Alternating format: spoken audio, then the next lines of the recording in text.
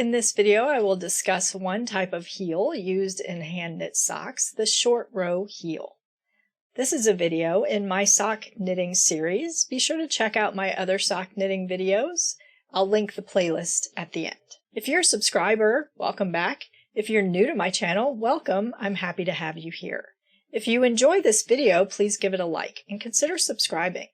Don't forget to hit that notification bell so you get a notice each time I go live or post a new video.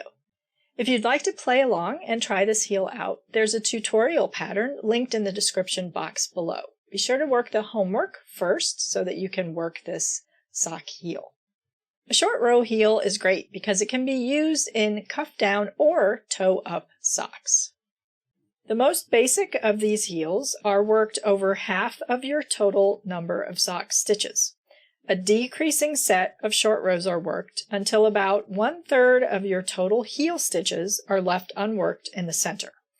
Then a set of increasing short rows are worked until all of these heel stitches are worked. You resume knitting in the round from there. There are lots of different ways to work these short rows. Pretty much any short row method will work for these. You can try German short rows or wrap and turn short rows or shadow short rows. This sock heel happened to use wrap and turn short rows.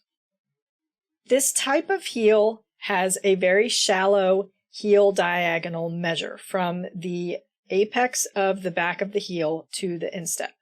So this may tend to stretch the sock fabric along the side of the heel, which can exaggerate any holes that are at the corners of this heel.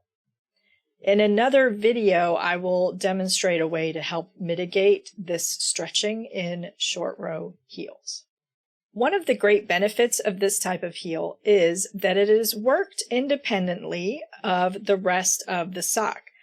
So you can work the heel in a totally different color without disturbing the cuff and the foot. If you're using self-striping yarns or variegated yarns, you can stop them and join a new color, and the new color will only be located in the heel. And then you can rejoin the striping yarn to work the foot, and there will be no interruption in your striping pattern. One variation on this that you can try is to work a set of plain rounds all the way around the sock in the middle, in between the decreasing set of short rows and increasing set of short rows. And so this provides some separation between those two sets of short rows and helps to minimize holes at the corners. Here is an example where German short rows were used and 1 or 2 rounds were worked to finish those short rows before beginning the next set of short rows. And so you get this separation between the short rows, which can help to minimize holes.